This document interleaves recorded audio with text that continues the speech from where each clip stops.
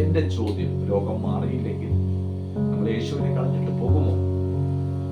നമ്മുടെ ജീവിതത്തിനകത്ത് പ്രതീക്ഷിക്കുന്ന ഉയർച്ചകൾ കിട്ടിയില്ലെങ്കിൽ, നമ്മുടെ മക്കളുടെ വിവാഹം നടക്കുന്നില്ല എങ്കിൽ, നമുക്ക് മനോഹരമായ ഒരു വീട് വാങ്ങാൻ മറ്റുള്ളവരെ പോലെ കഴിയുന്നില്ല എങ്കിൽ, ഒരു വാഹനം വാങ്ങുവാൻ നമുക്ക് കഴിയുന്നില്ല എങ്കിൽ,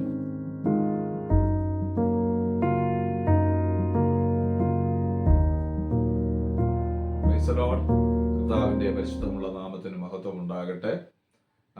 വീണ്ടും നിങ്ങളുമായിട്ട് സംസാരിക്കുവാൻ ഇന്ന് ഞാൻ ആഗ്രഹിക്കുന്നത്, ചില നാളുകൾക്ക് മുമ്പ് ഞാനൊരു വീഡിയോ ചെയ്തിട്ടുണ്ടായിരുന്നു. ആ വീഡിയോയുടെ കണ്ടിന്യൂഷനാണ്. ചില കാരണങ്ങൾ കൊണ്ട് എനിക്ക് വീഡിയോ പിന്നീട് ഇരുന്ന് ചെയ്യാൻ കഴിയാത്തൊരു സാഹചര്യം ഉണ്ടായി. അതിൻ്റെ കണ്ടിന്യൂഷൻ അതുകൊണ്ടാണ് ഞാൻ ഇന്ന് നിങ്ങളോട് ചെയ്യുവാൻ വേണ്ടിയിട്ട്, ഇന്ന് നിങ്ങളുമായിട്ട് ചെയ്യാൻ വേണ്ടി ഞാൻ ആഗ്രഹിക്കുന്നത്. കഴിഞ്ഞ പ്രാവശ്യം നമ്മൾ ചിന്തിച്ചിരുന്നത് പുറപ്പാട് പുസ്തകത്തിൽ നിന്നാണ്.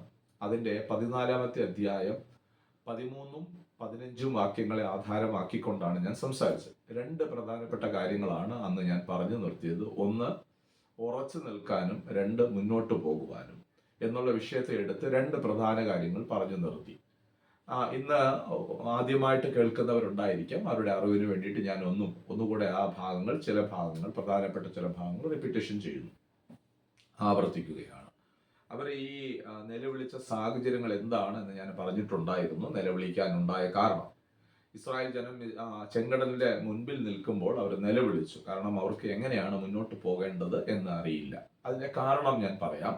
430 വർഷമാണ് അവർ മിസ്രൈമിൽ അടിമകളായിരുന്നു. 430 വർഷം അടിമകളായിരുന്നു എന്ന് നമുക്ക് പറയാൻ കഴിയുകയില്ല. കാരണം അവരാദ്യമായിട്ട് അവിടെ ചെല്ലുന്നത് ജോസഫ് മുഖാന്തരമാണ്. 70 പേരായിട്ടാണ് അവർ മിസ്രൈമിൽ പോകുന്നത്. മിസ്രൈമിൽ അവരെ ഇൻവൈറ്റ് ചെയ്തിട്ടാണ് അവർ പോകുന്നത്. അവർക്ക് അവിടത്തേക്കുള്ള ക്ഷണമുണ്ടായി. ആ കാലയളവിൽ ജോസഫ് ധനകാര്യ മന്ത്രിയായി, അല്ലെങ്കിൽ ആ മിസ്രൈമിലുള്ള സകലത്തിനും അധിപൻ എന്ന് വേണമെങ്കിൽ വിളിക്കുന്നതിൽ തെറ്റില്ല. അത്രത്തോളം അധികാരത്തിന്റെ ഉടമയായിരുന്നു ജോസഫ്. അതുകൊണ്ട് ആ കാലയളവിൽ ജോസഫ് തൻ്റെ അനുഗാമികൾ, അല്ലെങ്കിൽ തൻ്റെ ബന്ധുമിത്രാദികൾ, തൻ്റെ ചാർച്ചക്കാരെല്ലാവരും കൂടെ ചേർന്നാണ് മിസ്രൈമിലേക്ക് പോകുന്നത്. യാക്കോബുണ്ട്, തുടങ്ങിയ പിതാവാണ് യാക്കോബുണ്ട്, ആളുകളെല്ലാം ഉണ്ട്. അവർ മിസ്രൈമിൽ എത്തി. അവർ മിസ്രൈമിൽ ചീഫ് ഗസ്റ്റ് ആയിരുന്നു എന്ന് ഞാൻ ഓർമ്മപ്പെടുത്തി. ഗോശൻ എന്ന ദേശം, അവർക്ക് ഇഷ്ടമുള്ള ദേശം തിരഞ്ഞെടുക്കുവാൻ ഫറവോൻ പറയുകയും ഗോശൻ എന്ന ദേശത്ത് അവർ പാർക്കുകയും, തുടർന്നുള്ള കാലയളവുകൾ മുന്നോട്ട് പോകുമ്പോൾ ഫറവോൻ മരണപ്പെട്ടു പോയി. ഫറവോൻ ആരാണ് എന്ന് ഞാൻ കഴിഞ്ഞ വീഡിയോയിൽ പറഞ്ഞിട്ടുണ്ടായിരുന്നു. ഫറവോൻ എന്ന് പറയുന്നത് ഒരാളിന്റെ പേരല്ല, അയാൾ വഹിക്കുന്ന സ്ഥാനത്തിന് ഫറവോകൾ എന്നവരെ വിളിച്ചിരുന്നു. അതാണ് ഫറവോൻ എന്ന നാമകരണത്തിൽ അവരെ അറിയപ്പെട്ടിരുന്നു. അപ്പോൾ ഫറവോൻ എന്ന് പറയുമ്പോൾ ആ ഒരു അർത്ഥത്തിൽ നമ്മൾ അത് കണ്ടാൽ മതി. അപ്പോൾ ഫറവോൻ, ഇവരെ അറിയാത്ത മറ്റൊരു ഫറവോൻ, അല്ലെങ്കിൽ മറ്റൊരു രാജാവ് രാജ്യഭരണം ഏൽക്കുകയും കാലങ്ങൾ ഇങ്ങനെ കടന്നുപോയി. ആദ്യം അവർക്ക് സമൃദ്ധി ഉണ്ടായിരുന്നു. ഞാൻ സൂചിപ്പിച്ച അവർ ചീഫ് ഗസ്റ്റ് ആയിട്ടാണ് അവിടെ പോകുന്നത്. സകലവിധമായ സമൃദ്ധിയും നിറവും എല്ലാം ഉണ്ടായിരുന്നു. എന്നാൽ കാലങ്ങൾ മുന്നിട്ട് കഴിഞ്ഞപ്പോൾ ഇസ്രായേൽ മിസ്രൈമിൽ പെരുകാൻ തുടങ്ങി, അവർ വർദ്ധിക്കാൻ തുടങ്ങി. ആ കാലയളവിൽ അവിടെ ഭരിച്ചിരുന്ന ഫറവോൻ ഇവരെ കണ്ട ആശങ്കയും ഭയവും അദ്ദേഹത്തിന് ഉണ്ടായി. കാരണം ഇവർ വർദ്ധിച്ചു വരുന്ന കാരണം നിമിത്തം ഞങ്ങൾക്ക് ഞങ്ങളുടെ രാജ്യം ഇവർ നഷ്ടപ്പെട്ടു പോകുമോ, ഇവർ ഞങ്ങളെ കടന്ന് ആക്രമിക്കുമോ എന്ന ചിന്ത ഉണ്ടാകുകയും അവരെ അടിമപ്പെടുത്തുവാൻ, അല്ലെങ്കിൽ പീഡിപ്പിക്കുവാൻ തുടങ്ങി. അവിടെയാണ് അവർക്ക് പീഡനങ്ങൾ നേരിട്ടു. ആ കാലയളവിൽ നിലവിളിക്കുവാൻ തുടങ്ങി. അതുവരെ അവർ നിലവിളിച്ചിട്ടുണ്ടോ എന്നുള്ള കാര്യത്തിൽ സന്ദേഹമുണ്ട്. എങ്കിലും ഞാനൊരു ഡിഫെൻഡിങ് വാക്കുകളിലേക്ക് പോകുന്നില്ല. അവിടെ അവർ നിലവിളിക്കാൻ തുടങ്ങി, ദൈവത്തോട് നിലവിളിച്ചു. വാഗ്ദത്ത കാലമായിരുന്നു അത്. ആ വാഗ്ദത്ത കാലം എടുത്തപ്പോൾ മോശയെ ദൈവം മിസ്രൈമിലേക്ക് അയക്കുകയാണ്. മോശയെ ദൈവം മിസ്രൈമിലേക്ക് വിട്ടു, ജനത്തെ വീണ്ടെടുത്ത് കൊണ്ടുവരുവാൻ വേണ്ടിയിട്ട് വിട്ടു. അങ്ങനെ മിസ്രൈമിലേക്ക് ചെല്ലുകയും 10 അത്ഭുതങ്ങൾ ആ ദേശത്തിൽ ഫറവോനും അവരുടെ രാജ്യത്തെ ജനത്തെയും അറിയുവാൻ വേണ്ടിയിട്ട് മോശ മുഖാന്തരം ദൈവം അവിടെ ചെയ്യിച്ചു. ആ ദേശത്തിലെ ജനതയ്ക്ക് ഭയം നേരിട്ടു. ആ ദേശത്തിലെ ജനവും ഫറവോനും എല്ലാം കൂടെ മിസ്രൈമിൽ പാർത്തിരുന്ന ഇസ്രായേലിനെ അവിടെ നിന്ന് വിടുവിക്കുകയാണ്, അല്ലെങ്കിൽ അവരെ വിട്ടയക്കുന്നു. അവരങ്ങനെ പ്രയാണം ചെയ്തു. അവരെത്തിച്ചേർന്ന് നിൽക്കുന്നത് ചെങ്കടലിന്റെ മുൻപിലാണ്. പുറകെ ഫറവോനും സൈന്യവും അവരെ പിന്തുടരാനുള്ള കാരണം, അവരെ വീണ്ടും ഭയപ്പെടുത്തിയും അടിമപ്പെടുത്തിയും തിരിച്ചു കൊണ്ടുപോകുവാനാണ് അവൻ ശ്രമിച്ചത്. ഇതിന്റെ രണ്ടിന്റെയും നടുവിൽ നിൽക്കുമ്പോൾ എങ്ങനെയാണ് മുന്നോട്ട് പോകേണ്ടതെന്ന് അവർക്കറിയില്ല. പുറകോട്ട് പോകാനും അവർക്ക് സാധ്യമല്ല. ഈ ഒരു സാഹചര്യത്തിൽ നിലവിളിക്കുവാൻ തുടങ്ങി. ഈ മോശമുണ്ട്, ആ സമയത്താണ് എന്ത് ചെയ്യും എന്നുള്ളൊരു നിലവിളി ഉയരുന്ന സാഹചര്യത്തിൽ മോശ ഇസ്രായേലിനോട് സംസാരിച്ച വാക്കാണ് ഞാൻ വായിച്ച 2 ഭാഗങ്ങളിലുള്ളത്. അതാണ് 13-ാമത്തെയും 15-ാമത്തെയും 2 വാക്യങ്ങൾ എടുത്ത് അതിനെ ക്രോഡീകരിച്ചുകൊണ്ടാണ് ഞാൻ സംസാരിച്ചത്. 1 ഉറച്ചു നിൽക്കാനും 2 മുന്നോട്ട് പോകാനും. അപ്പോൾ എപ്പോഴാണ് ഉറച്ചു നിൽക്കേണ്ടത്, എപ്പോഴാണ് മുന്നോട്ട് പോകേണ്ടത്? നമ്മുടെ ജീവിതത്തിൽ പ്രതിസന്ധികൾ വരുമ്പോൾ, പ്രശ്നങ്ങൾ നേരിടുമ്പോൾ നമുക്ക് പലപ്പോഴും എങ്ങനെയാണ് മുന്നോട്ട് പോകേണ്ടത് എന്നുള്ള വസ്തുതയെക്കുറിച്ച് ഒരുപക്ഷെ നമ്മൾ അറിയാതെ പോകും. എന്താണ് ഇവിടെ ചെയ്യേണ്ടത്? ഈ ഒരു സാഹചര്യങ്ങൾ മനുഷ്യ ജീവിതത്തിൽ വരുമ്പോഴാണ് ആത്മഹത്യയെക്കുറിച്ച് ചിന്തിക്കുന്നത്, നാട് വിട്ടു പോകാൻ ചിന്തിക്കുന്നത്. നമ്മൾ തകർന്നു പോകും. ഒരു പാത്രം തകരുന്നത് പോലെ തകർന്നു പോകും. അപ്പൊ ഈ ഒരു സാഹചര്യത്തിൽ എന്താണ് ചെയ്യേണ്ടത്? അതാണ് നമ്മുടെ പ്രധാനപ്പെട്ട വിഷയം എന്ന് പറയുന്നത്. അപ്പൊ ഇവിടെ നമ്മൾ എന്ത് ചെയ്യണം? ഇവിടെ എങ്ങനെയാണ് നമുക്ക് മുന്നോട്ട് പോകേണ്ടത്? അപ്പൊ അത് നന്നായിട്ട് ട്രെയിൻ ചെയ്യുന്ന ഒരു പുസ്തകമാണ്. മനുഷ്യ ജീവിതത്തെ നന്നായി ട്രെയിൻ ചെയ്യും. കാരണം അവൻ ജീവിതത്തിൽ അഭിമുഖീകരിക്കാൻ പോകുന്ന ഓരോ സാഹചര്യത്തിലും അവൻ എങ്ങനെയാണ് അവിടെ എല്ലാം പിടിച്ചു നിൽക്കേണ്ടത് എന്ന് നന്നായി ട്രെയിൻ ചെയ്യിപ്പിക്കുന്നുണ്ട്. ആ ട്രെയിൻ ചെയ്യിപ്പിക്കുന്നതിനെ കുറിച്ച് ആവർത്തന പുസ്തകത്തിൽ പറഞ്ഞിരിക്കുന്നത്, ഒരു കഴുകൻ തൻ്റെ കുഞ്ഞിനെ പറക്കാൻ ശീലിപ്പിക്കുന്നത് പോലെയാണ് ദൈവം തൻ്റെ ജനത്തെ, ദൈവം സ്നേഹിക്കുന്ന, ദൈവം തെരഞ്ഞെടുത്ത, ദൈവം വിളിച്ച ജനത്തെ പ്രാപ്തരാക്കുന്നത്, അവരെ ഏബിൾ ആക്കുന്നത്. അവർ തികഞ്ഞവരായി തീരണം എന്നുള്ളതാണ് ദൈവത്തിന് അവരെ കുറിച്ചുള്ള പദ്ധതി. അതിനനുസൃതമായിട്ടാണ് ദൈവം അവരെ ഓരോ കാലയളവുകളിലും അഭ്യസിപ്പിച്ച് കൊണ്ടുവരുന്നത്. അപ്പൊ ഞാൻ പറഞ്ഞു, ആവർത്തന പുസ്തകത്തിൽ രേഖപ്പെടുത്തിയിരിക്കുന്നത്, കഴുകൻ തൻ്റെ കുഞ്ഞുങ്ങളെ പറക്കാൻ പഠിപ്പിക്കുന്നത് പോലെ ദൈവം തൻ്റെ ജനത്തെ പറക്കാൻ ശീലിപ്പിക്കുകയാണ്. കഴുകൻ ഉയർന്ന പർവ്വത ശിഖരങ്ങളിലോ വൃക്ഷങ്ങളിലോ ആയിരിക്കും തൻ്റെ കൂട് പണിയുന്നത്. കൂട് പണിത് കുഞ്ഞു വിരിഞ്ഞു കഴിഞ്ഞാൽ ആ കുഞ്ഞിനെ പ്രൊട്ടക്റ്റ് ചെയ്യും, കുഞ്ഞിന് വേണ്ടുന്ന ഭക്ഷണം കൊടുക്കും. എന്നാൽ കുഞ്ഞിന് ചിറകുകളെല്ലാം മുളച്ചു കഴിഞ്ഞാൽ ആ അമ്മക്കഴുകന്, ആ തള്ളക്കഴുകന് നന്നായിട്ട് അറിയാം, എൻ്റെ കുഞ്ഞ് പറക്കാനുള്ള കാലമായി. പക്ഷെ പറക്കാനുള്ള ശീലം അതിനില്ല.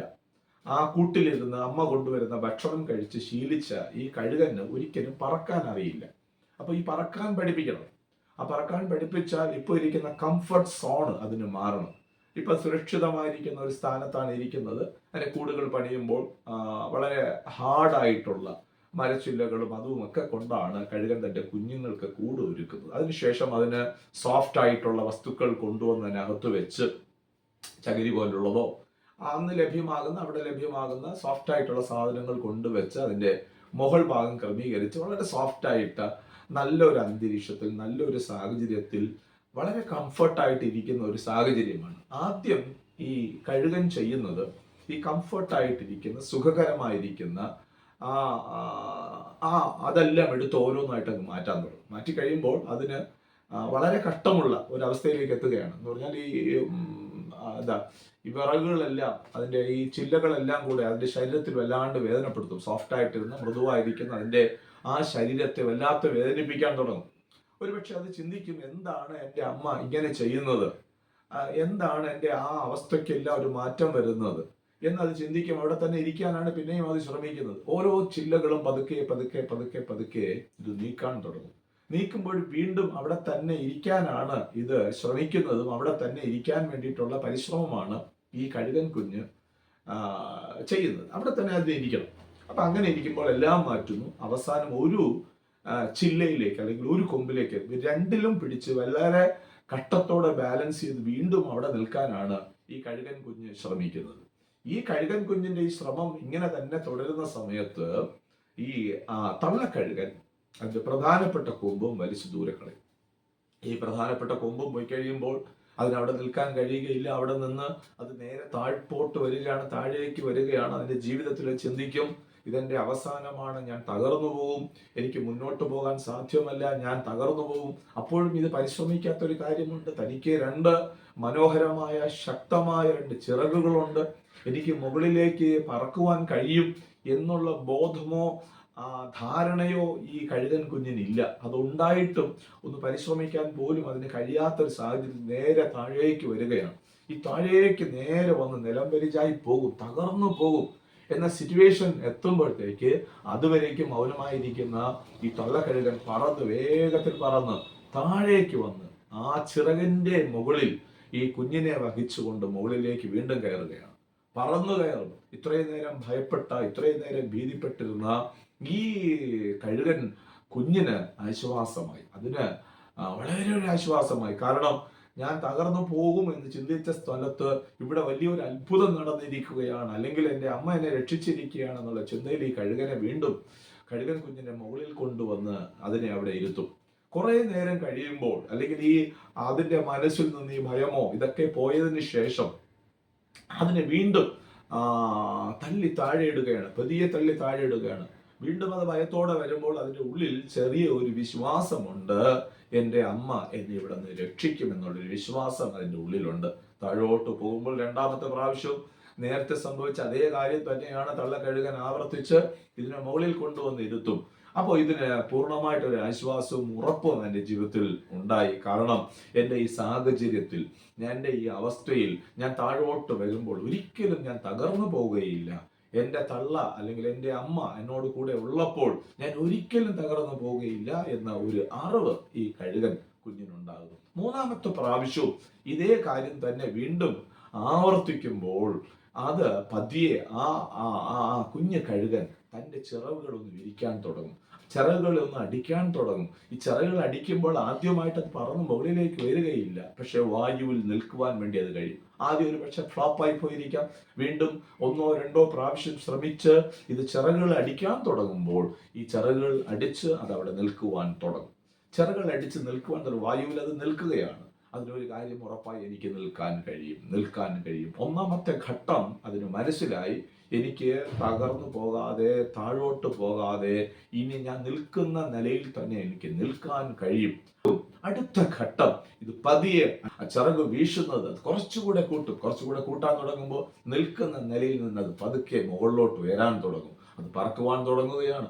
ഇന്നലെ വരെ തനിക്ക് സാധിക്കുകയില്ല, ഇന്നലെ വരെ കരുതിയിരുന്നത് ഞാൻ തകർന്നു പോവും, ഈ സിറ്റുവേഷനിൽ എന്നെ സഹായിക്കാൻ ആരുമില്ല, ഞാൻ എൻ്റെ അവസാനമാണ് എന്നെല്ലാം കരുതിയിരുന്ന കരുതലുകൾക്ക് മാറ്റം വന്നുകൊണ്ട് ഇത് മുകളിലേക്ക് പറക്കാൻ തുടങ്ങും. അതിന് നന്നായി ഉറപ്പായി, ഇനി ഒരിക്കലും താഴേക്ക് വീഴാത്ത, ഒരിക്കലും തകർന്നു പോകാത്ത ഒരു അവസ്ഥയിലേക്ക്, വിധാനത്തിലേക്ക്, ആകാശത്തിലേക്ക് ഞാൻ പറന്നു കയറും എന്നുള്ള പൂർണ്ണമായ ഒരു ബോധം ഈ കുഞ്ഞു കഴുകന് ഉണ്ടാകുകയാണ്.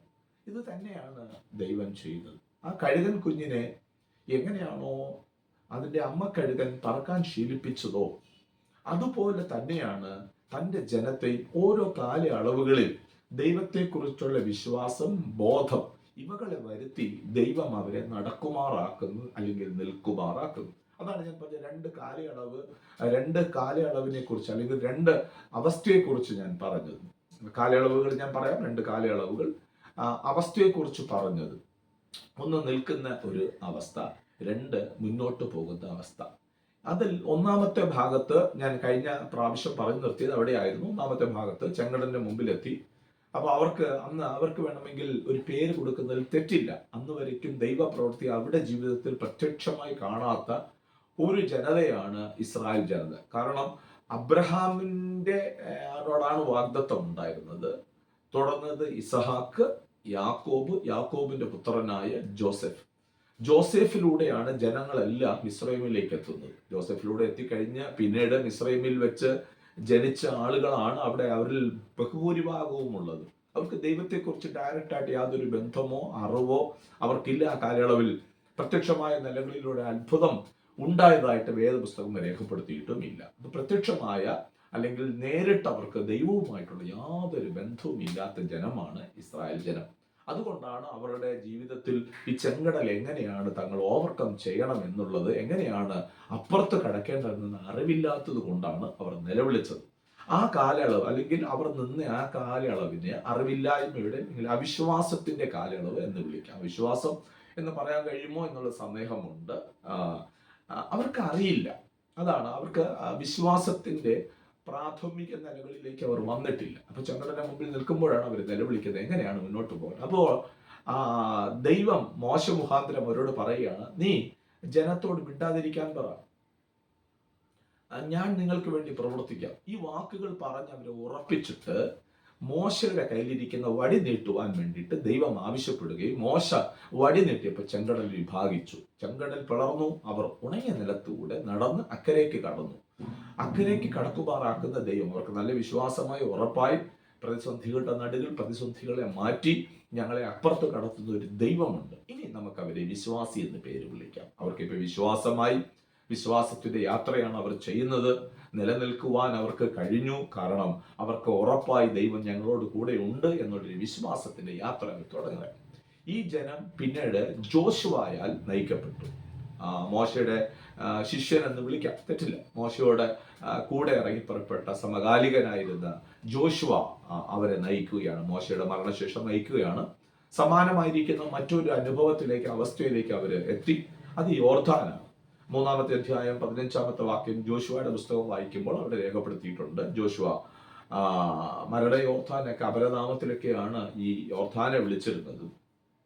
ദൈവം അവരോട് പറയുകയാണ്, നിങ്ങൾ ചെങ്കടൽ പോലെ നോക്കണ്ട. അങ്ങനെ അവിടെ പറയുന്നില്ല എങ്കിലും ചെങ്കടൽ പോലെ ഇവിടെ കാത്തിരിക്കേണ്ട കാര്യമില്ല. പെട്ടകം ചുമക്കുന്ന പുരോഹിതന്മാര് പെട്ടകം എടുത്തുകൊണ്ട് നിങ്ങൾ ഈ യോർദാനിലേക്ക് കാല് വെക്കണം. കാല് വെക്കുമ്പോൾ ഈ യോർദാനിൽ ഞാൻ ചില പ്രവൃത്തികൾ ചെയ്യും. അവർ വിശ്വാസത്തോടെ യാത്ര ചെയ്ത് ഇപ്പോൾ അവർ വിശ്വാസികളാണ്. ഞാൻ അവർക്ക് വിശ്വാസി എന്ന് പേര് വിളിക്കുന്നു. അപ്പൊ വിശ്വാസത്തോടെ അവർ നേരെ ഈ യോർദാനിലേക്ക് വന്നു. യോർദാനിൽ കാല് വെച്ചതും യോർദാൻ രണ്ടായിട്ട് ഒരു ഭാഗത്തെ വെള്ളം അരാബയിലെ ഉപ്പുകടലിലേക്ക് ഒഴുകിപ്പോയി. ഒരു ഭാഗത്തെ വെള്ളം ചിറ പോലെ ദൈവം അവരുടെ മുമ്പിൽ നിൽക്കുമാറാക്കി. അവർക്ക് ഒരു കാര്യം മനസ്സിലായി, തങ്ങൾ നേരിടുന്ന ഈ പ്രതിസന്ധികളെ ഒരു ഭാഗത്തുള്ളത് ഒഴുക്കിക്കളയേണ്ട ദൈവം ഒഴുക്കിക്കളയും, നിർത്തേണ്ടത് ദൈവം നിർത്തും. ഇപ്പൊ ഈ രണ്ട് ഭാഗങ്ങൾ അവരുടെ ജീവിതത്തിൽ അവരെ ദൈവം വളരെ വ്യക്തമായി പഠിപ്പിച്ചു. ഈ രണ്ട് ഭാഗങ്ങളാണ് ഞാൻ നിങ്ങളെ ആ ഭാഗങ്ങളാണ് കഴിഞ്ഞ എപ്പിസോഡിൽ അല്ലെങ്കിൽ കഴിഞ്ഞ വീഡിയോയിൽ ഞാൻ നിങ്ങളോട് സംസാരിച്ചത്. അതിന്റെ 3-ാമത്തെ ഭാഗത്തിലേക്ക് ഞാൻ നിങ്ങളുടെ ശ്രദ്ധ കൊണ്ടുവരികയാണ്. എന്താണ് 3-ാമത്തെ ഭാഗത്തിൽ ദൈവം അവർക്ക് വേണ്ടി ചെയ്തു കൊടുത്ത, അല്ലെങ്കിൽ ദൈവം അവർ നടത്തിയ വിധങ്ങൾ? അത് പുതിയ നിയമത്തിലേക്ക് വരുമ്പോൾ ഞാൻ പറഞ്ഞിട്ടുണ്ട്, ബൈബിൾ എന്ന് പറയുന്നത് 2 ഭാഗങ്ങളായിട്ടാണ് വിഭജിച്ചിരിക്കുന്നത്. പഴയ നിയമമെന്നും പുതിയ നിയമമെന്നും. യേശുവിന്റെ കാലത്തിന് മുൻപ് ഉള്ള കാലയളവിന് അല്ലെങ്കിൽ പുസ്തകങ്ങളുടെ പഴയ നിയമമെന്നും യേശുവിന്റെ കാലയളവിന് ശേഷമുള്ളതിനെ പുതിയ നിയമമെന്നും 2ആയിട്ടാണ് ബൈബിൾ വെച്ചത്. അപ്പൊ പുതിയ നിയമത്തിലേക്ക് വരുമ്പോൾ യേശുവും ശിഷ്യന്മാരോട് കൂടെ നടന്ന് ഈ ഭൂമിയിൽ ജീവിക്കുന്ന കാലയളവുകളിൽ എങ്ങനെയാണ് ഒരു ക്രിസ്ത്യൻ ലൈഫ് നയിക്കേണ്ടത്. ക്രിസ്ത്യാനിറ്റി എന്ന ഒരു വേർഡ് അവിടെ ഇല്ല എങ്കിലും ഫോളോവേഴ്സ് ആണ്. യേശുവിനെ പിൻഗമിക്കുന്നവരെ അന്ന് ഒരു പക്ഷെ കളിയാക്കി വിളിച്ച പേരായിരിക്കാം. അപ്പോസ്തല പ്രവൃത്തികളുടെ പുസ്തകം 11-ാമത്തെ അധ്യായം 25-ാമത്തെ വാക്യത്തിലാണ് അന്തോക്യയിൽ വെച്ച് ക്രിസ്ത്യാനി എന്ന പേരുണ്ടാകുന്നത് തന്നെ. ഒരു വർഷം, ഒരു സംവത്സരം മുഴുവൻ അവർ സഭായോഗത്തിൽ കൂടി അവർ ഒരുമിച്ച് കൂട്ടായ്മ പങ്കിട്ടു. ഒരുമിച്ച് ആയിരിക്കുന്ന കാലയളവിൽ ജനങ്ങൾ അവരെ കളിയാക്കി വിളിച്ച പേരായിരിക്കാനാണ് സാധ്യത കൂടുതലും. ക്രിസ്ത്യാനി എന്ന് വിളിച്ചു. അപ്പൊ ക്രിസ്തുവിനെ പിൻഗമിക്കുന്നവർ, അനുഗമിക്കുന്നവർ എന്ന അർത്ഥം മാത്രമേ അതിനകത്തുള്ളൂ. ക്രിസ്ത്യാനിറ്റി എന്ന് പറയുമ്പോൾ അതൊരു ജീവിത ശൈലിയാണ്. ക്രിസ്ത്യാനിറ്റി ഒരു ജീവിതമാണ്, ലൈഫ് സ്റ്റൈലാണ് ക്രിസ്ത്യാനിറ്റി എന്ന് പറയുന്നത്.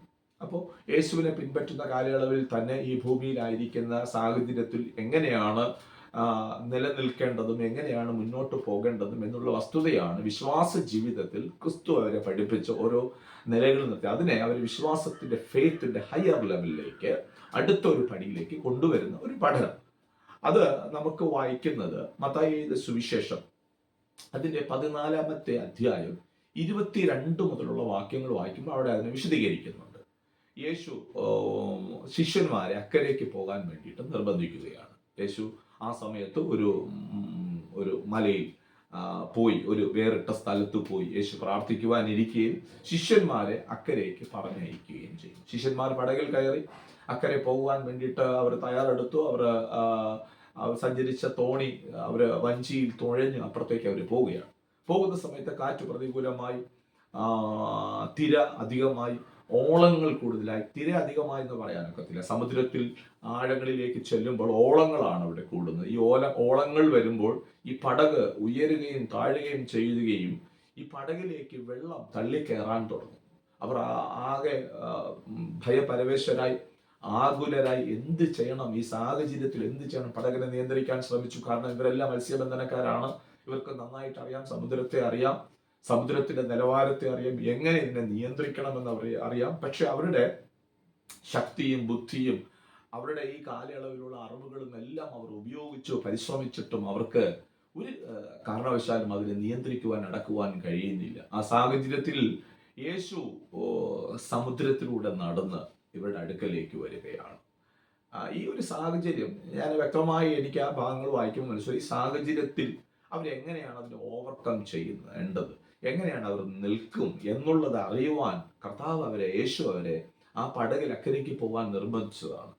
പടകിലൂടെ നടന്നു വരുന്ന സമയത്ത് ഒരുപക്ഷെ ആ കാലയളവിൽ അവിടെ ഇടയിലെല്ലാം, കാരണം ഈ പല നിലകളിലുള്ള ചിന്തകളും ആചാരങ്ങളും പല സംസ്കാരങ്ങളുടെ ഇടയിലുണ്ട്. അവരുടെ ഇടയിലുള്ള സംസ്കാരം അനഭൂതങ്ങളുണ്ടെന്നും സമുദ്രഭൂതങ്ങളുണ്ടെന്നും ഒക്കെ ഒരു ചിന്ത അവിടെ ഉള്ളിലുമുണ്ട്. പലതും കേട്ടുകേൾവിയാണല്ലോ. ഈ കേട്ടുകേൾവി നിമിത്തം അവര് ചിന്തിച്ചു, രാത്രിയിൽ ആരോ സമുദ്രത്തിലൂടെ നടന്നു വരുന്നത് കണ്ടു. പെട്ടെന്ന് അവർ ചിന്തിച്ചു, ഭൂതമായിരിക്കും, നിലവിളിക്കാൻ തുടങ്ങി. ഈ നിലവിളി ഉയർന്നു. യേശു അവരുടെ അടുക്കൽ വന്നിട്ട് വരുന്ന സമയത്ത് യേശു പറഞ്ഞു, ഭയപ്പെടേണ്ട, ഇത് ഞാനാണ്. യേശു ആണെന്നുള്ള തിരിച്ചറിവും ബോധവും ഉണ്ടായപ്പോൾ അവരുടെ ഭയം മാറി. പെട്ടെന്ന് ശിഷ്യന്മാരിൽ പത്രോസ് യേശുവിനോട് ചോദിക്കുക, യേശുവേ, അങ്ങാണെങ്കിൽ എന്നെയും കൂടെ ഈ കടലിൽ ഒന്ന് നടക്കാൻ ഒന്ന് പറയണമേ. പത്രോസിന്റെ ഉള്ളിൽ ഭയങ്കര താല്പര്യമായി. പത്രോസിനെ കുറിച്ച് ബൈബിൾ പറഞ്ഞിരിക്കുന്നത് ഒരു എടുത്തുചാട്ടക്കാരനും കൂടെ എന്നാണ്. അപ്പോൾ കാര്യങ്ങൾ വരുമ്പോൾ പെട്ടെന്ന് എടുത്തു ചാടുന്ന ഒരു പ്രകൃതി പത്രോസിനുണ്ട്. പത്രോസ് നേരെ കടലിലേക്ക് ഇറങ്ങുകയാണ്. വരുക എന്ന വാക്കിന്റെ മുമ്പിൽ, യേശുവിന്റെ വാക്കിന്റെ മുമ്പിൽ പത്രോസ് നേരെ കടലിലേക്ക് ഇറങ്ങുക. പ്രിയപ്പെട്ടവരെ, നോക്കണം, കുറച്ചു നേരം മുമ്പ് ഇവരെ ഭയപ്പെടുത്തിയതാണ്, ഇവരെ ഭാരപ്പെടുത്തിയതാണ്, ഇവരെ തകർത്തു കളയുമെന്ന് പറഞ്ഞ സാഹചര്യത്തിലാണ് പത്രോസ് ഇപ്പോൾ ഇറങ്ങി നടക്കുന്നത്. തന്നെ ഭാരപ്പെടുത്തിയതിന്റെ മുകളിലൂടെ ആണ് അവൻ ഇപ്പോൾ ഇറങ്ങുന്നത്. ആ സമുദ്രത്തിലൂടെ ഇറങ്ങി അവൻ വെള്ളത്തിലൂടെ നടക്കാൻ തുടങ്ങി. ആ ഭാഗമാണ് നമ്മൾ ഏറെ ചിന്തിക്കേണ്ടുന്ന ഒരു ഭാഗം. നമ്മുടെ ജീവിതത്തിൽ നമ്മളെ നിരാശപ്പെടുത്തുന്ന, ഭാരപ്പെടുത്തുന്ന, നമ്മളെ മുക്കിക്കളയുമെന്ന് പറയുന്ന അതിൻ്റെ മുകളിൽ നിൽക്കാൻ വേണ്ടി ആണ് യേശു ട്രെയിനിങ് തന്നത്. അപ്പൊ എങ്ങനെയാണ് നമ്മൾ ഈ പ്രശ്നങ്ങളുടെ മുകളിൽ നിൽക്കുക എന്ന് ഉദ്ദേശിച്ച് പറയുമ്പോൾ അതുകൊണ്ട് എന്താണ് തിരുവെഴുത്തുകൾ അല്ലെങ്കിൽ ദൈവവചനം ഉദ്ദേശിക്കുന്നത്? അത് ഞാൻ എക്സ്പ്ലെയിൻ ചെയ്യാൻ പല ഭാഗങ്ങളിലേക്ക് പോയാൽ വേണ്ടുന്ന രീതിയിൽ നമുക്കത് മനസ്സിലാക്കാൻ കഴിയുള്ളൂ. കാരണം ഇന്ന് ക്രിസ്ത്യാനിറ്റി അല്ലെങ്കിൽ ക്രിസ്തുവിനെ അനുഗമിക്കുമ്പോൾ പല കൂട്ടരാണ് ക്രിസ്തുവിനെ അനുഗമിക്കുന്നത്. ഒരു കൂട്ടർ, യേശു തന്നെ പറഞ്ഞിട്ടുണ്ട്, യേശുവിനെ പലരും പിൻപറ്റുന്നതിൻ്റെ കാരണം ഒരു കൂട്ടർ അപ്പം തിന്ന് തൃപ്തരായത് കൊണ്ടാണ് യേശുവിനെ അനുഗമിക്കുന്നത്. ഒരു കൂട്ടർ അത്ഭുതം കണ്ടതുകൊണ്ട്, ഒരു മാജിഷ്യനെ പോലെ ഒരു അത്ഭുതം കാണുന്നത് കൊണ്ട്, അത്ഭുതങ്ങളും അടയാളങ്ങളും കാണുവാൻ വേണ്ടിയിട്ട് യേശുവിനെ അനുഗമിക്കുന്ന കൂട്ടരുണ്ട്. മൂന്നാമത്തെ ഒരു കൂട്ടരുണ്ട്, നിത്യജീവനെ കുറിച്ച് അറിവുള്ള ഒരു കൂട്ടർ. അവർ നിത്യജീവന് വേണ്ടിയിട്ടാണ് യാത്ര ചെയ്യുന്നത്. അപ്പൊ ഈ മൂന്ന് കൂട്ടരെ ദൈവവചനത്തിനകത്തൂടെ വളരെ വ്യക്തമായി രേഖപ്പെടുത്താം. അതിൽ ഒന്നാമത്തെ കൂട്ടരെ ഞാൻ പറഞ്ഞു, അപ്പം തിന്ന് തൃപ്തരായത് കൊണ്ട് നടക്കുന്ന ഒരു കൂട്ടർ. അവർക്ക് ഈ ലോകത്തിൽ വേണ്ടുന്ന ഭൗതിക വസ്തുക്കളെയും ഈ ലോകത്തിൽ വേണ്ടുന്ന അവരുടെ പ്രാർത്ഥനകൾ, അവരുടെ ആവശ്യങ്ങളുടെ നടുവിൽ പ്രവർത്തിക്കുന്ന ഒരു ദൈവത്തെ മതി. രണ്ടാമത്തെ കൂട്ടർക്ക് കുറച്ച് മിറക്കിൾ കാണണം, അത്ഭുതങ്ങൾ കാണണം, ഇങ്ങനെ കണ്ട് യാത്ര ചെയ്യാൻ വേണ്ടിയിട്ട് ആഗ്രഹിക്കുന്ന ഒരു കൂട്ടർ. മൂന്നാമത്തെ ഒരു കൂട്ടറുണ്ട്.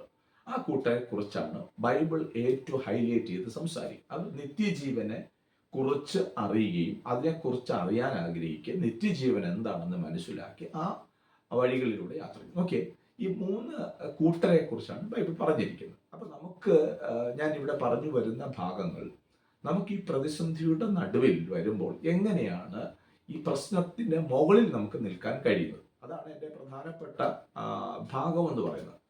ഞാൻ ഏറ്റവും പ്രധാനപ്പെട്ട നമ്മുടെ ഉള്ളിൽ വേണ്ടുന്ന ഒരു വെളിപ്പാടാണ്, ഒരു റെവലേഷനാണ്. ഇതിന്റെ മുകളിൽ എങ്ങനെയാണ് എനിക്ക് നിൽക്കാൻ കഴിയും? നോക്കിയേ, അവിടെ ആ പ്രശ്നം അവിടെ തന്നെയുണ്ട്, പ്രയാസങ്ങൾ അവിടെയുണ്ട്, പ്രതിസന്ധികൾ അവിടെയുണ്ട്. അതിന്റെ മുകളിൽ എങ്ങനെയാണ് നിൽക്കാൻ? അതിന് പഴയ നിയമത്തിൽ നിന്ന് ഞാനൊരു ഉദാഹരണം നിങ്ങളുടെ മുമ്പിലേക്ക് കൊണ്ടുവരാം.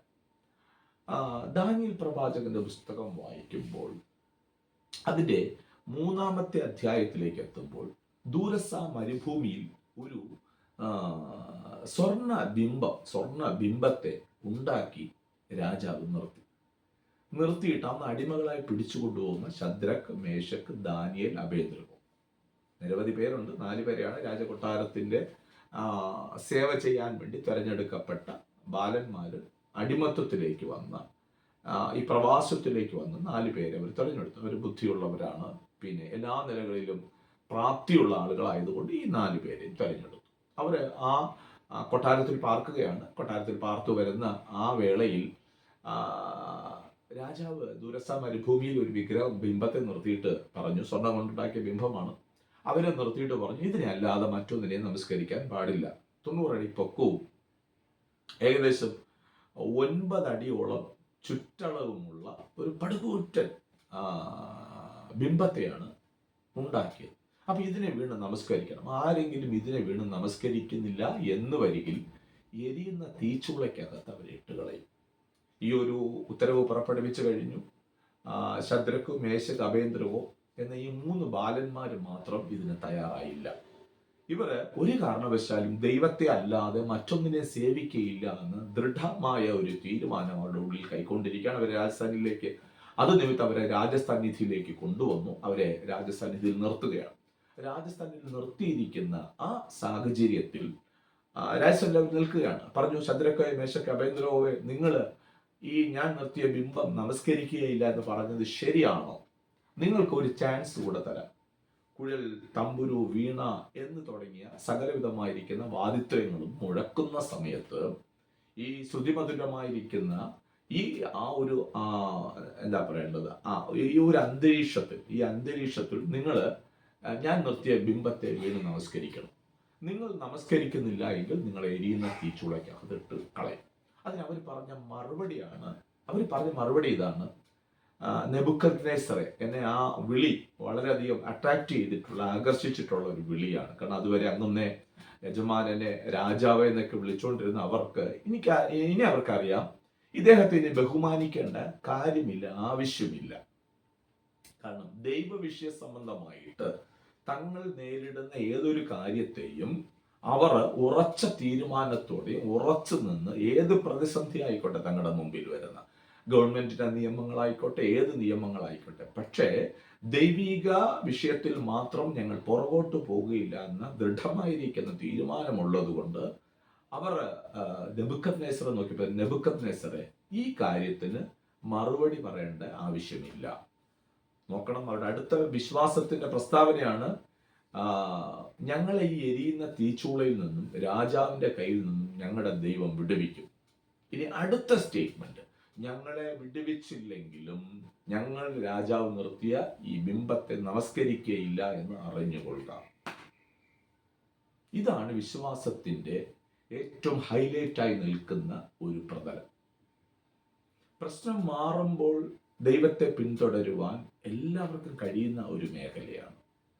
ഒരു പക്ഷെ ചെങ്കടൽ വിഭാഗിച്ചതുപോലെ, ചെങ്കടൽ രണ്ടായി പിളർന്നു നിൽക്കുന്നത് പോലെ പിളർന്ന് ജീവിതത്തിൽ മുഴുവനും നിന്നാൽ നടക്കുവാൻ എല്ലാവർക്കും കഴിയും. വിശ്വാസത്തിന്റെ അടുത്ത പടിയായിരിക്കുന്ന വിശ്വസിച്ചാൽ ദൈവം പ്രവർത്തിക്കുമെന്നുള്ള ചിന്തകളിൽ കാൽ വയ്ക്കുന്ന ജോഷുവായുടെ കാലഘട്ടത്തിൽ യോർദാൻ വിഭാഗിക്കപ്പെട്ടതുപോലെ, വിഭജിച്ചതുപോലെ കാല് വയ്ക്കുമ്പോൾ മാറുന്ന ഒരു വിശ്വാസ ജീവിതം നയിക്കുവാൻ ഒരുപക്ഷെ ഏറെക്കുറെ ചിലർക്ക് കഴിഞ്ഞെന്ന് വരാം.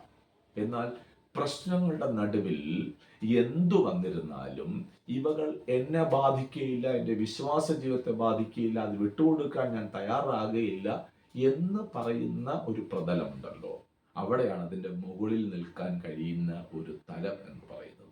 അവിടെയാണ് അവർ അതിൻ്റെ മുകളിൽ നിൽക്കുന്നത്. നോക്കിക്കേ, ആ പ്രശ്നങ്ങളുടെ നടുവിലും അവർ എടുത്ത ഉറച്ച തീരുമാനം, രാജാവ് എൻ്റെ കയ്യിൽ നിന്നും, രാജാവിൻ്റെ കയ്യിൽ നിന്നും, ഈ എരിയുന്ന തീച്ചൂളയിൽ നിന്നും ദൈവം ഞങ്ങളെ വിടുവിക്കും എന്നതാണ് അവരുടെ ഏറ്റവും ശക്തമായ തീരുമാനം. അവിടെയാണ് നമ്മൾ അതിൻ്റെ മുകളിൽ നിൽക്കുന്നത് എന്ന് പറയുമ്പോൾ ഒന്നുകൂടെ ഞാൻ അതിനെ വിശദീകരിക്കാം. നമ്മുടെ ജീവിതത്തിൽ രോഗങ്ങൾ, പ്രയാസങ്ങൾ, ഇതെല്ലാം നേരിടും. മനുഷ്യ സഹജമാണ്. ഈ ഭൂമിയിൽ ജീവിക്കുന്ന എല്ലാ മനുഷ്യർക്കും ഒന്നല്ലെങ്കിൽ മറ്റൊരു തരത്തിൽ അവൻ്റെ ജീവിതത്തിനകത്ത് പ്രശ്നങ്ങളുണ്ട്. പ്രശ്നമില്ലാത്ത ഒരു മനുഷ്യരെ ഞാൻ ഇതുവരെ കണ്ടിട്ടില്ല. മനുഷ്യ ജീവിതത്തിലെല്ലാം പ്രശ്നങ്ങളുണ്ട്. ഒന്നല്ലെങ്കിൽ ഒരു നിലകളിൽ അവൻ പ്രശ്നങ്ങളെ അഭിമുഖീകരിച്ചു കൊണ്ടിരിക്കുകയാണ്. പ്രശ്നം അവൻ്റെ ജീവിതത്തിലുണ്ട്. അപ്പോൾ ഈ പ്രശ്നങ്ങൾ നമ്മളെ ബാധിക്കുമ്പോഴാണ് നമ്മൾ തകർന്നു പോകുന്നത്. എന്ന് പറഞ്ഞാൽ നമ്മൾ രോഗികളായി. അപ്പോൾ വിശ്വാസത്തിൽ നിൽക്കുന്ന ഒരു മനുഷ്യന്റെ ഉള്ളിലെ ആഗ്രഹം, ഈ രോഗം ഞാൻ യേശുവിൽ വിശ്വസിച്ചാൽ മാറുമെന്നുള്ളതാണ്. എൻ്റെ ചോദ്യം, രോഗം മാറിയില്ലെങ്കിൽ നമ്മൾ യേശുവിനെ കളഞ്ഞിട്ട് പോകുമോ? നമ്മുടെ ജീവിതത്തിനകത്ത് പ്രതീക്ഷിക്കുന്ന ഉയർച്ചകൾ കിട്ടിയില്ലെങ്കിൽ, നമ്മുടെ മക്കളുടെ വിവാഹം നടക്കുന്നില്ല എങ്കിൽ, നമുക്ക് മനോഹരമായ ഒരു വീട് വാങ്ങാൻ മറ്റുള്ളവരെ പോലെ കഴിയുന്നില്ല എങ്കിൽ, ഒരു വാഹനം വാങ്ങുവാൻ നമുക്ക് കഴിയുന്നില്ല എങ്കിൽ, നമ്മുടെ ജീവിതത്തിൽ വിശ്വാസത്തെ അവിടെയാണ് നമ്മൾ കമ്പാരിസൺ ചെയ്യേണ്ടത്, താരതമ്യം ചെയ്യേണ്ടത്. അപ്പം എൻ്റെ ജീവിതത്തിലെ വിശ്വാസം എന്താണ് എന്നുള്ളത് നമ്മൾ യഥാർത്ഥമായി തിരിച്ചറിയേണ്ടതും യഥാർത്ഥമായി നമുക്ക് ഉണ്ടാകേണ്ടതുമായ കാഴ്ചപ്പാട് അവിടെയാണ്. ഞാൻ എങ്ങനെയാണ് ഇതിനെ നേരിടേണ്ടത്, അല്ലെങ്കിൽ എങ്ങനെയാണ് ഞാൻ ഇവിടെ നിൽക്കേണ്ടത് എന്നുള്ളതാണ് നമ്മൾ അറിയേണ്ടത്. വിശ്വാസം ജീവിതത്തിൽ പ്രശ്നങ്ങൾ മാറിയിട്ടാണ് നിൽക്കുന്നതെങ്കിൽ, പ്രശ്നങ്ങളെ മാറ്റി തന്നിട്ടാണ് നമ്മളവിടെ നിൽക്കുന്നതെങ്കിൽ അതെല്ലാവർക്കും കഴിയുന്ന ഒരു കാര്യമാണല്ലോ. എന്നാൽ ദൈവം നമ്മളെക്കുറിച്ച് ആഗ്രഹിക്കുന്നത് ഒരു മനുഷ്യൻ ക്രിസ്തുവിൽ ആശ്രയിക്കുമ്പോൾ ഏത് പ്രതിസന്ധിയുടെ നടുവിലും അവന് നിൽക്കാൻ കഴിയണമെങ്കിൽ അവൻ്റെ ഉള്ളിൽ വേണ്ടുന്നത് ഇഹലോകത്തിലെ ജീവിത കാഴ്ചപ്പാട് മാത്രമല്ല അവനുണ്ടാകേണ്ടത്, പിന്നെ പരലോകത്തിലെ വിശ്വാസ കാഴ്ചപ്പാട് അവൻ്റെ ഉള്ളിലേക്ക് വരണം. അതുകൊണ്ടാണ് എബ്രായർക്ക് ലേഖനം എഴുതുമ്പോൾ അപ്പോസ്തലനായിരിക്കുന്ന പൗലോസ് രേഖപ്പെടുത്തിയിരിക്കുന്നത്, വിശ്വാസം എന്നതോ ആശിക്കുന്നതിൻ്റെ ഉറപ്പും കാണാത്ത കാര്യങ്ങളുടെ നിശ്ചയവുമാണ്. ശ്രദ്ധിക്കണം, വിശ്വാസത്തെക്കുറിച്ച് അവിടെ വിശദീകരിക്കുന്നത് ഇങ്ങനെയാണ്: വിശ്വാസം എന്നതോ ആശിക്കുന്നതിൻ്റെ ഉറപ്പ്, കാണാത്ത കാര്യങ്ങളുടെ നിശ്ചയം. അപ്പൊ കാണാത്ത കാര്യങ്ങൾ ഉണ്ട്. ആ ഭാഗം നിങ്ങൾക്ക് മനസ്സിലാകുന്നുണ്ടെന്ന് ഞാൻ കരുതുന്നു. കാണാത്ത കാര്യങ്ങളാണ്, ഇല്ലാത്ത കാര്യങ്ങളല്ല. കാണാത്ത കാര്യം എന്ന് പറഞ്ഞാൽ അവിടെ ഉണ്ട്, പക്ഷെ എനിക്ക് കാണാൻ കഴിയുന്നില്ല. അതിൽ ഞാൻ വിശ്വസിക്കുന്നതാണ് വിശ്വാസ ജീവിതം എന്ന് പറയുന്നത്. ബൈബിൾ എപ്പോഴും ഫോക്കസ് ചെയ്യുന്നത് ഇതിനെയാണ്. അപ്പൊ ഉണ്ട്, ആ ഉള്ളതിനെ കാണാൻ കഴിയുന്നില്ല, അതിനെയാണ് വിശ്വാസ ജീവിതം.